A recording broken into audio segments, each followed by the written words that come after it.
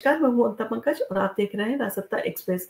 रासत्ता express entertainment में आज हम आपके साथ में एक इंटरेस्टिंग जो किस्सा शेयर करने जा रहे हैं। जब पंडित नेहरू पर कविता लिखने पर मशहूर शायर मजरू सुल्तानपुरी को जेल हुई थी, तो जाने क्या है पूरा मामला। कैसे एक कविता ने मजरू सुल्तानपुरी को जेल तक पहुंचा दिया था। तो आजकल के युवा और स्टैंड अप कॉमेडियन की बात करें तो वो खुद को जाने क्या समझने लगे हैं। उन्हें लगता है कि अभिव्यक्ति की आजादी के नाम पर वो कुछ भी बोल सकते हैं, किसी के बारे में भी भला बुरा कहकर माहौल को बिगाड़ सकते हैं।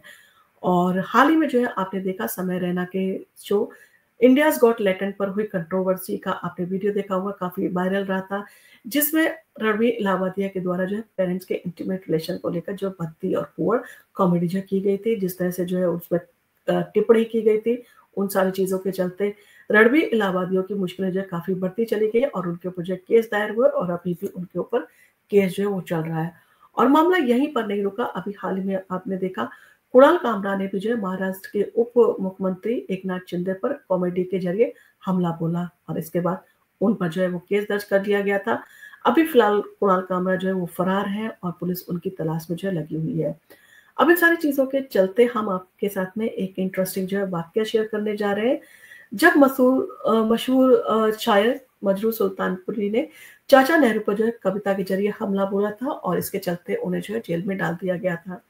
तो मजरू सुल्तानपुरी को एक कविता लिखने के कारण वो जेल हुई थी।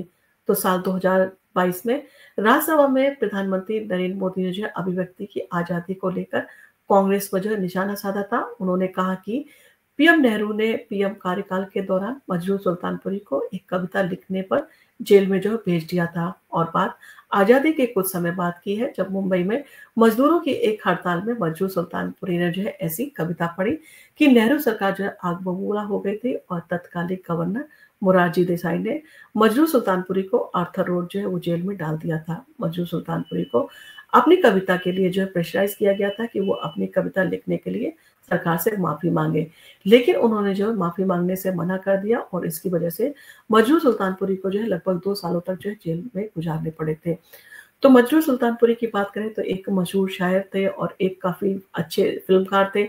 आपने गाना सुना होगा, तूने वो रंगीले कैसा जादू किया, पिया पिया गाए मतवाला जिया। इसके साथ ही एक और मशहूर गाना था, लेके पहला पहला प्यार भर के आंखों में खुमार, जादू नगरी से आया है कोई जादूगर। इस तरह के वो जादूगर थे गीत लिखने के। और मजरू सुल्तानपुरी एक भारतीय उर्दू शायर थे और हिंदी फिल्मों के फेमस वो गीतकार थे। एक आंदोलनकारी भी थे और समय समय पर आंदोलन भी करते थे। जिस तरह का उन्होंने आंदोलन में अपना सहयोग देते हुए कविता पाठ किया था, उन सारी चीजों के चलते उनकी मुसीबतें बड़ी थी और उन्हें जेल में जाना पड़ा था। उनका नाम 20वीं सदी के उर्दू साहित्य जगत के बेहतरीन शायरों में से लिया जाता है। और सजा के दौरान मजरू सुल्तानपुरी को बेटी हुई थी, क्योंकि वो जेल चले गए थे। इसके कारण परिवार की आर्थिक स्थिति वो खराब हो गई थी और परिवार की आर्थिक तंगी से वो कहा जा सकता है उनका परिवार गुजर रहा था। और ऐसे में मजरू सुल्तानपुरी ने जेल से कुछ फिल्मों के लिए गीत लिखना वो स्टार्ट किया था। 1991-92 के दौर में मजरू सुल्तानपुरी जेल से बाहर आए और तब से लेकर अब तक उन्होंने 2000 से ज्यादा कहा जा सकता है गीत फिल्मों के लिए लिखे हैं। और 24 मई 2000 को मुंबई में उन्होंने अंतिम सांस ली और उनका इंतकाल हो गया था। अब इन सारी चीजों के चलते हमने आपको सिर्फ यही बताने की कोशिश की, जो आज के कॉमेडियन और आज के युवा जनरेशन है, उसको लगता है कि फंडामेंटल राइट हमारा एक संवैधानिक अधिकार है, जिसका इस्तेमाल हमें करना जरूरी है। परंतु क्या संवैधानिक इस्तेमाल आप उस का कहाँ तक कर सकते हैं? आप फ्रीडम ऑफ स्पीच आपको मिला हुआ है, तो आपका फ्रीडम ऑफ स्पीच वहीं तक है जब तक आपका आजादी दूसरे की आजादी में खलल ना डाले। अगर आप किसी के ऊपर व्यक्तिगत टिप्पणी कर रहे हैं और उस व्यक्ति का एक कहा जा सकता है समाज में अपना एक रुतबा है, अपना एक ओहदा है, तो कहीं ना कहीं इन सारी चीजों को लेकर आपके ऊपर केस भी किया जा सकते हैं। डेफेमेशन सूट क्रिमिनल और सिविल दोनों ही फाइल किए जाते हैं। अगर आपने जानबूझकर इस मंशा से किसी को बदनाम करने के लिए किसी के ऊपर आरोप लगाया है या झूठी कोई बात कही है कॉमेडी के जरिए, तो इन सारी चीजों को लेकर आपके ऊपर क्रिमिनल डेफेमेशन वो सूट भी फाइल किया जा सकता है।